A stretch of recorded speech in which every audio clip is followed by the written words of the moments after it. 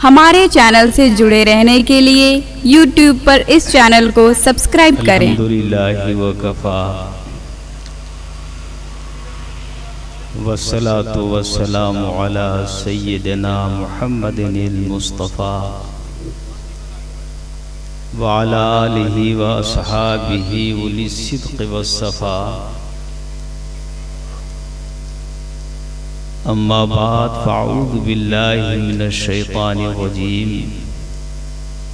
बिस्मिल्लाहिर रहमानिर रहीम। व अक़ीमिस सलात लिज़िक्री। सदक़ल्लाहुल अलीयुल अज़ीम व सदक़ रसूलुहुन नबियुल अमीनुल करीम। अल्लाहुम्मा सल्लि अला सय्यिदिना व मौलाना मुहम्मदिन मादनिल जूदि वल करम व आलिहि व सहबिहि व बारिक व सल्लिम। आप तमाम हज़रात भी नारे तकबीर, नारे रिसालत, मसलके आला हजरत, हुजूर नसीरे मिल्लत। बस करो, कहाँ से रखे हुए थे? उठा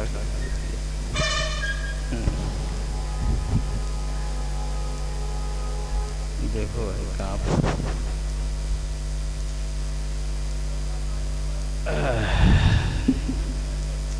आप तमामी हजरात भी निहायत ही अदब व एहतराम के साथ अपने आका मदनी ताजदार दो आलम के मुख्तार अहमद मुज्तबा मोहम्मद मुस्तफ़ा सल्लल्लाहु अलैहि वसल्लम की बारगाह अक़दस में दरूद शरीफ की नज़र पेश करें। सब लोग दरूद शरीफ सय्यदना व मौलाना मुहम्मद मादिल जूद वल करम व आलिहि व सहबिहि व बारिक व सल्लम। हज़रात गिरामी, रेणुकूट जो सीरतुन नबी कमेटी का शानदार जलसा हर साल यहाँ मुनक़िद होता है और अल्लाह का शुक्र है कि इस साल हिंदुस्तान के बहुत ही मशहूर मारूफ खतीबुल हिंद हज़रत मौलाना अबुल हक़ानी साहब को आप हज़रात ने मदऊ किया था। माशाअल्लाह 2 घंटे तक उनकी तकरीर बहुत शानदार हुई और मुफ्ती महमूद अहमद साहब बरकाती तो आपके घर के मुक़र्रिर हैं, लेकिन माशाअल्लाह बहुत ही शानदार उनकी खिताबत होती है। बहुत काम और ज़रूरत की बातें वो बताते हैं। अल्लाह का शुक्र है कि आपने जलसे के इब्तिदाई दौर से लेकर अभी तक सुनने और सुनाने का माहौल रखा और दुआ है कि आप अपने दामन में कुछ यहाँ से लेकर जाएं, है ना। दरूद शरीफ पढ़िए। अल्लाहुम्मा सल्लि अला सय्यिदिना मौलाना मुहम्मद मादिल जूद वल करम व आलिहि व सहबिहि व बारिक व सल्लिम। हमारे भाई जो कुर्सी पर तशरीफ़ रखते हैं, ज़हमत करके इधर तशरीफ़ ले आए तो ज़रा अच्छा लगेगा। सब लोग तशरीफ़ ले आइए। अब सब लोग मिलकर झूम झूम कर सलातो सलाम पढ़ने का टाइम आ रहा है, इसलिए सब लोग अब करीब आ जाइए, है ना। और जाने का इरादा मत कीजिएगा जब तक कि सलाम और दरूद न हो जाए और दुआ न हो जाए, उस वक्त तक आप सब लोग तशरीफ़ रखें। आइए। ए भाई, मोबाइल बंद करो ना। मोबाइल शरीयत में फ़ोटो बहुत ज़रूरत से जायज़ रखा है, बहुत ज़रूरत से। हज के लिए हमारे मुफ्तियान किराम ने फ़ोटो को जायज़ किया है। हज का इरादा कीजिए, हज का पासपोर्ट बनाइए, अपना फ़ोटो उसमें लगवाइए, है ना, ये जायज़ है। और इसी तरह शनाख्ती कार्ड, जिसको आई कार्ड आप लोग कहते हैं, शनाख्ती कार्ड, पहचान पत्र, उसके लिए भी फोटो को जायज़ रखा है हमारे उलमाए किराम ने। और बंदूक लाइसेंस, इसी तरह के कुछ कारोबारी लाइसेंस के बगैर फ़ोटो के वो लाइसेंस मिल ही नहीं सकता है और हम कारोबार नहीं कर सकते हैं, तो उसके हद तक जो है फ़ोटो जायज़ रखा है। और बाकी जो शादी ब्याह में आप लोग फ़ोटो खिंचाते रहते हैं, अब बड़ी मुश्किल है, न चाहते हुए भी आप लोग फ़ोटो जो है वो खींचते हैं और उसको शाये करते हैं, तो इसका गुनाह आपके सर पड़ेगा। समझ गए? बहुत ये फ़ोटो बहुत राइज हो गया है, मर्दों में भी राइज है, औरतों में भी राइज है। और हालम ये है कि लोग जाते हैं हाजिरी के लिए अजमेर शरीफ। मकसद क्या है? वहाँ दरबार ख्वाजा से भीख लेने के लिए जाते हैं, उनसे अर्जी अपनी पेश करने के लिए जाते हैं, मगर वहाँ दुआ के लिए हाथ उठाएंगे और फ़ोटो खींचने वाले को बुलाकर कहेंगे मेरा फ़ोटो खींचो और ये जो है हमारे घर भेज दो। समझे? तो अब ये सब चीज़ें क्या है, हकीकत से बहुत दूर हो जा रही हैं और एक तमाशा और खेल बनता चला जा रहा है। फोटो खिंचाना कितना बुरा है, मैं हुजूर हाफिज मिल्लत की जिंदगी बताऊं। समझ गए? सरकार हाफिज मिल्लत बहुत ज़माने से अब हज के लिए कोशिशें कर रहे थे, और जब हज उनके ऊपर फ़र्ज हुआ तो उसकी अदायगी के लिए कोशिश कर रहे थे कि अल्लाह पाक हमें इसकी तौफीक अता फरमा दे कि मैं बगैर फ़ोटो के मदीने शरीफ जाऊं, हज कर लूं। बात समझ में आ रही? सारे उलमा ने फतवा दे दिया है हज के लिए फ़ोटो खिंचाना जायज़ है, सारे उलमा। और उलमा भी खिंचाते हैं हज करने के लिए, उलमा भी खिंचाते हैं, पासपोर्ट पर अपना जो है फ़ोटो लगाते हैं, तब हज के लिए जाते हैं। बगैर उसके एक इस मुल्क से दूसरे मुल्क में बगैर पासपोर्ट के आप जा नहीं सकते हैं, और पासपोर्ट बगैर फ़ोटो के नामुकम्मल होता है, उसकी कोई सुनवाई नहीं होती है ना। हाफिज मिल्लत अपने शागिर्दों को जो हज के लिए जाते थे फरमाते थे कि जाकर आका के दरबार में मेरा सलाम पेश करना। समझ गए? अब सोच सकते हो कि एक नबी का एक आशिक और नबी का एक चाहने वाला कैसा है कि वो सलातो सलाम के नजराने अपने शागिर्दों से उलमा के जरिए वहाँ भेजवाता है कि सरकार के दरबार में हाजिर होकर मेरा सलातो सलाम पेश करना, और अर्ज ये करना कि हुजूर ज़ाहिरन में तो हाकिम बहुत है और बादशाहत किसी की है, और हकीकत ये है कि सारे जहान की बादशाहत अल्लाह ने आपको अता की है।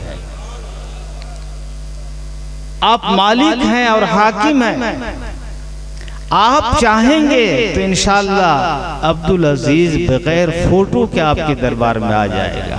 सुभान अल्लाह! क्या यकीन पुख्ता था, क्या ईमान उनका कैसा रोशन था, कितना मुस्तहकम था। फरमाते हैं कि आप अगर चाह लेंगे तो अब्दुल अजीज बगैर फ़ोटो के आपके दरबार में आएगा। और आगे का जुमला सुनिए क्या फरमाते हैं, हुजूर मैं नहीं चाहता हूँ कि आपके दरबार में हाजिर हो जाऊं तो गुनाह का काम कर क्या। अल्लाह अकबर! आप सोच सकते हैं फोटो को अब भी हाफिज मिल्लत नाजायज समझते थे। आम लोगों के लिए जायज था, मगर अपने लिए हाफिज मिल्लत उसको जायज नहीं समझते थे। ये तकवा का मकाम है, ये उनकी बुजुर्गी का मकाम है, उनके एहतियात का मकाम है। तो फरमाते हैं कि मैं नहीं चाहता हूँ हुजूर कि आपके दरबार में आऊं और गुनाह का काम करके आऊं, क्योंकि असल में फोटो खिंचाना तो हराम ही है। उलमा ने जरूरत की वजह से जायज कर दिया है, समझ गए?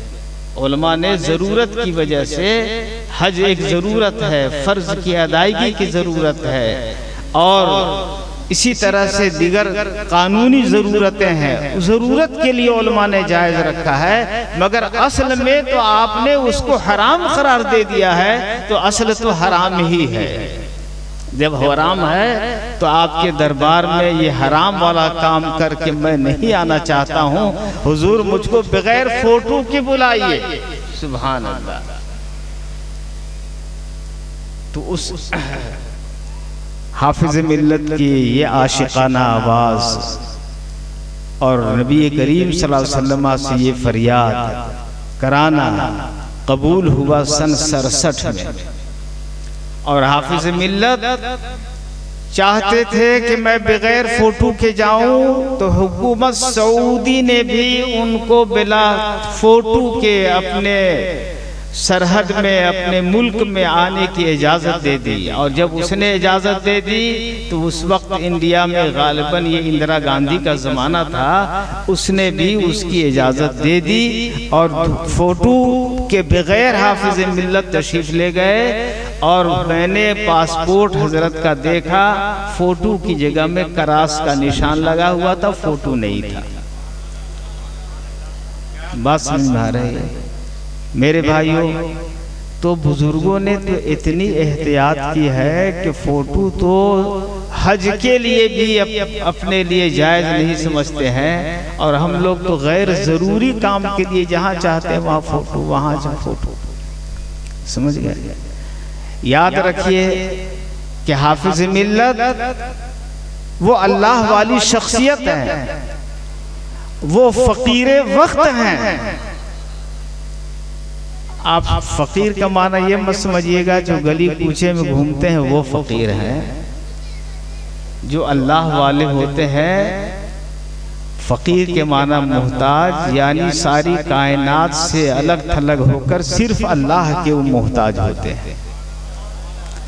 और हमारे उलमा ने फकीर के माने को शरह किया है कि फकीर में कई लफ्ज है, कई हर्फ है? 4 हर्फ हैं। फे है, काफ है, ये है और रे है। 4 हर्फ है ना। उर्दू पढ़ने वाले इसको जान रहे होंगे, अब हिंदी वाले बेचारे नहीं समझ पाएंगे। फकीर में कई हर्फ है? 4 हर्फ है। फे, काफ, ये, रे। फकीर में कहते हैं कि फे से इशारा है, किस बात की तरफ इशारा है? कि जिसको फकीर कहा जा रहा है वो शख्स खुदा की राह में जिक्र में ऐसा मशगूल रहता है कि उसको खाने की भी हाजत नहीं होती है, ज़रूरत महसूस होती है। वो फाकों पर फाका और भूख पर भूख वो रखता चला जाता है। जो खुदा के याद में इतना गर्क रहता है कि वो क्या होता है? फाका कश होता है। आजकल फाका कशी नहीं है। मैं समझता हूँ कि बहुत से लोग तो 3 वक्त खाना खाते हैं, बहुत से वक्त 4 लोग खाना खाते हैं। फाका करने का तो मसला ही नहीं है। सब लोग आसूदा हाल हैं, समझ गए? खाने पीने में उनको अच्छा से अच्छा खाना चाहिए, अच्छी से अच्छी ग़िज़ा चाहिए, और एक टाइम नहीं, 2 टाइम नहीं, कई टाइम खाते हैं। मगर जो अल्लाह वाले होते हैं वो फाका कश होते हैं। उन्हें खुदा की याद में भूख और प्यास का एहसास नहीं होता है। जब फाका कशी उनकी तबीयत में आ जाए तो समझ लेना वो अल्लाह का फकीर है।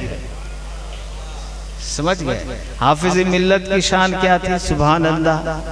आखिरी उम्र में सन 62 में मैं उनकी खिदमत में हाजिर हुआ और सन 76 तक आपके विसाल शरीफ तक आपकी खिदमत में रहने का मुझे नियाज हासिल हुआ है।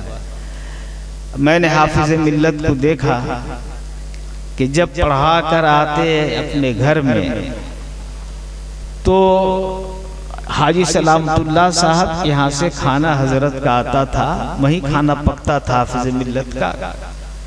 हजरत की फैमिली वहाँ नहीं रहती थी, तो 2 रोटी आती थी और थोड़ा सालन आता था। हाफिज मिल्लत एक रोटी खाते थे और एक रोटी में 2 टुकड़े करके एक टुकड़ा चिड़ियों को खिलाते थे और एक टुकड़ा जो है जो आपके दरवाजे पर कुत्ता बैठा रहता था उसको खिला देते थे। और सिर्फ कितना खाते थे? एक रोटी खा के आप जिंदा रह सकते हैं? नहीं रह सकते हैं।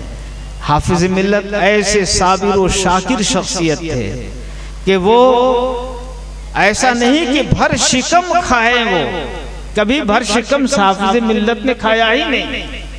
जुमे के दिन अक्सर एक आलिम, बहुत ही जाहिद आलिम थे, आप इबादत गुजार आलिम थे, बलिया से आते थे हाफिज मिल्लत से मिलने के लिए। तो जब हाफिज मिल्लत का खाना आता दोपहर में तो उस दिन जुमे के दिन वो सारा खाना अपने मेहमान को, उस आलिम को खिला देते थे और खुद फाका कर लेते थे। खाने की कोई जरूरत नहीं है, मेहमान को खिला दिया, जैसे खुद आसूदा हो गए। समझ गए? तो हाफिज मिल्लत सुन्नत के ऐसे पाबंद थे। हमारे एक वाकया बयान करने लगे कि मेरे पास सिर्फ एक रोटी उस रोज थी खाना खाने के लिए। मैं जब खाने बैठा तो दरवाजे से एक फकीर ने आवाज दे दिया, खुदा की राह में कुछ दो।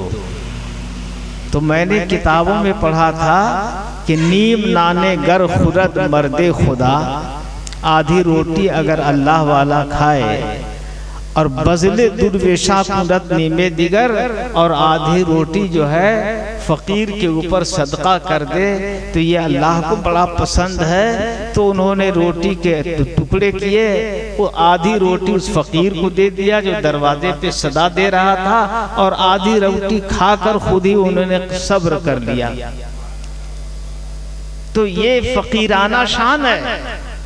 फकीर ये नहीं है कि मोहताज है खाने पीने का, फकीर वो है कि खाने पीने की चीजें हैं मगर वो अपने आशाइश के लिए नहीं खाता है, बस याद इलाही के लिए, जिंदा रहने के लिए वो खाना खाता है। वो फकीर हुआ करता है। समझ गए? और काफ है उसमें, फे के बाद क्या लफ्ज है? काफ। काफ का माना क्या है? कनाअत करना, सब्र करना, जो मिल जाए उस पर सब्र करना।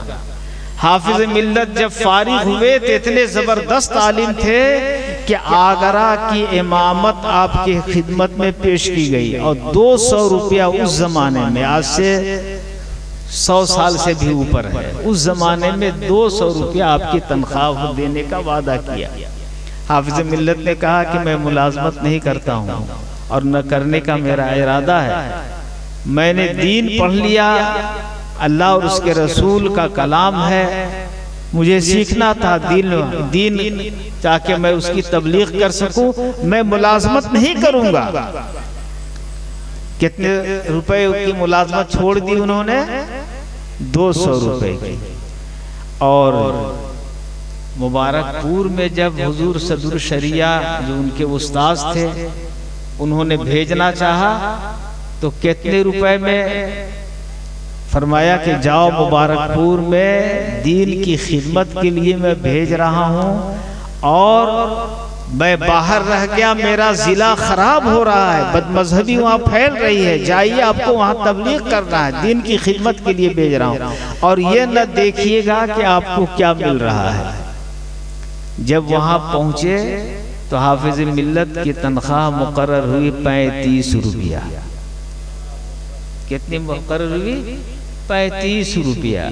हाफिज मिल्लत उसी 35 रुपए को लेकर सब्र किया उन्होंने, ऐसी कनात थी। 200 की ठुकरा दी, कभी जुबान पर शिकवा नहीं आया कि मैं 200 की तनख्वाह छोड़कर यहाँ आया हूँ और मुझको 35 रुपया तुम दे रहे हो। हाफिज मिल्लत ने जो मिला उस्ताद ने कह दिया था देखिएगा नहीं आपको क्या मिलता है, और पूरी उम्र गुजर गई और हाफिज मिल्लत ने अपनी तनख्वाह के लिए कभी कोई दरखास्त नहीं दी कि मेरी तनख्वाह बढ़ाई जाए। हाफिज मिल्लत वो शख्सियत है। और सुभान अल्लाह, लाखों नहीं करोड़ों रुपए मदरसे के लिए उन्होंने जमा किए, मदरसे की तामीर की, उसकी प्रॉपर्टी खरीदी। आज जामिया अशरफिया 50 एकड़ से जायद जमीन पर आबाद है, उसकी बिल्डिंगें 1-1 करोड़ की कई बिल्डिंगें मौजूद हैं इस जमाने में।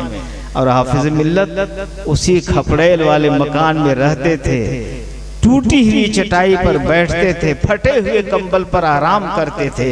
हाफिज मिल्लत उसको कनात कहते हैं। हाफिज मिल्लत सरापा करात का नमूना थे और बुजुर्गों की वो सलफ़े सालेहीन की यादगार थे हुज़ूर हाफिज मिल्लत। और तीसरा हर्फ क्या है? ये फकीर में तीसरा हर्फ क्या है?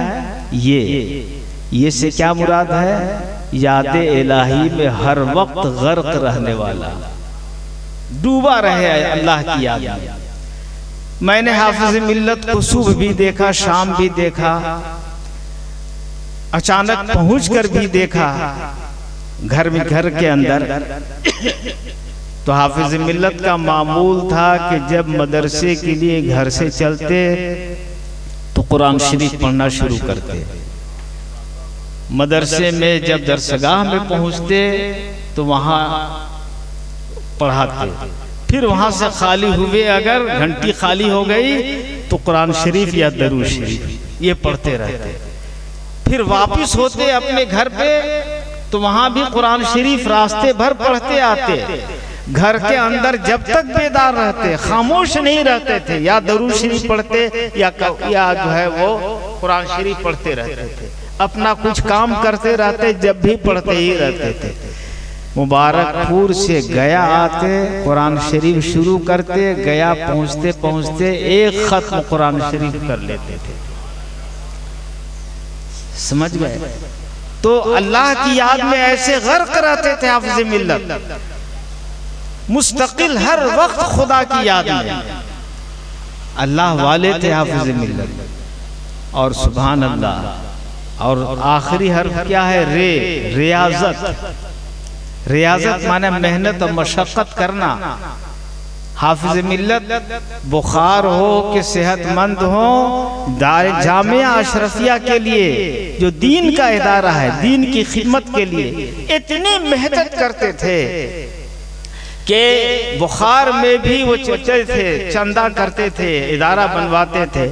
हद ये है कि हमारी जमात में अखबार नहीं था। कानपुर के एक साहब ने इस्तिकामत अखबार का नमूना लेकर वो आए हाफिज मिल्लत की खिदमत में, कहा कि हमारी जमात में कोई अखबार नहीं है, मैं चाहता हूँ कि अपनी जमात को एक अखबार रोजनामचा निकालूं। तो हाफिज मिल्लत ने उसके लिए मदद कराना शुरू किया। और मई का ज़माना था, पढ़ाकर खाली होते, धूप में 11-12 बजे जाते और लोगों से मुलाकात करा के लाइफ मेंबर बनवाते थे इस्तिकामत का, और उसके लिए चंदा कराते थे। ये रियाजत है कि नहीं है? वो अपने लिए नहीं था, वो दीन के लिए था, जमात के लिए था। जमात में कोई अखबार नहीं है, जमात में एक अखबार चाहिए। अहले सुन्नत के लिए कोई एक कायद होना चाहिए। समझ गए? तो हाफिज मिल्लत उसके लिए इतनी मेहनत करते थे। तो हाफिज मिल्लत के अंदर अल्लाह की राह में फाका कशी भी थी, कनाअत वाले भी थे, याद खुदा में गर्क रहने वाले भी थे, और रियाजत सरापा हाफिज मिल्लत थे।